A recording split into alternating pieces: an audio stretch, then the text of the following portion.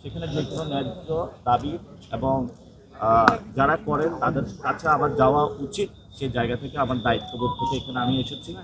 আমরা আশা করব দ্রুতই সরকার এই বিষয়ে যে শহীদ ওসমান হাদিবের যে বিচার সেই প্রক্রিয়া নিয়ে স্পষ্ট বক্তব্য দিবে জাতির সামনে, এবং এই বিষয় নিয়ে আমরা ওসমান হাদি ভাইয়ের পুরো বাংলাদেশের মানুষ ওসমান হাদি ভাইয়ের বিচারটা বুঝে পাবো এবং খুনিদের দৃষ্টান্তমূলক শাস্তি হবে, যাতে ঢাকা আটে কোনো সন্ত্রাসী এই ধরনের আর ঘৃণ্যমূলক কোনো কর্মকাণ্ড জীবনও করার সাহস না পায়।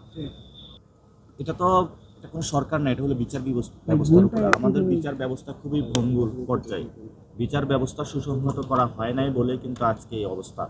সেই জায়গা থেকে আমরা মনে করি এই বিচার বিভাগ দ্রুত গতিতে এই বিষয়ে রায় দেওয়া উচিত এবং যারা সুনির্দিষ্ট আছে গোয়েন্দা সংস্থা সে বিষয়ে অ্যাকশন নেওয়া উচিত। বাংলাদেশে অনেক ঘটনা ঘটে, মুসাব্বির হত্যাকাণ্ডের শিকারকে পাওয়া গেছে, ওসমান হাদিকে কারা খুন করেছে সে বিষয়ে এখনও কেন সরকার সুস্পষ্ট বক্তব্য নেই? সরকারের এই বিষয়ে মুখ খোলা উচিত।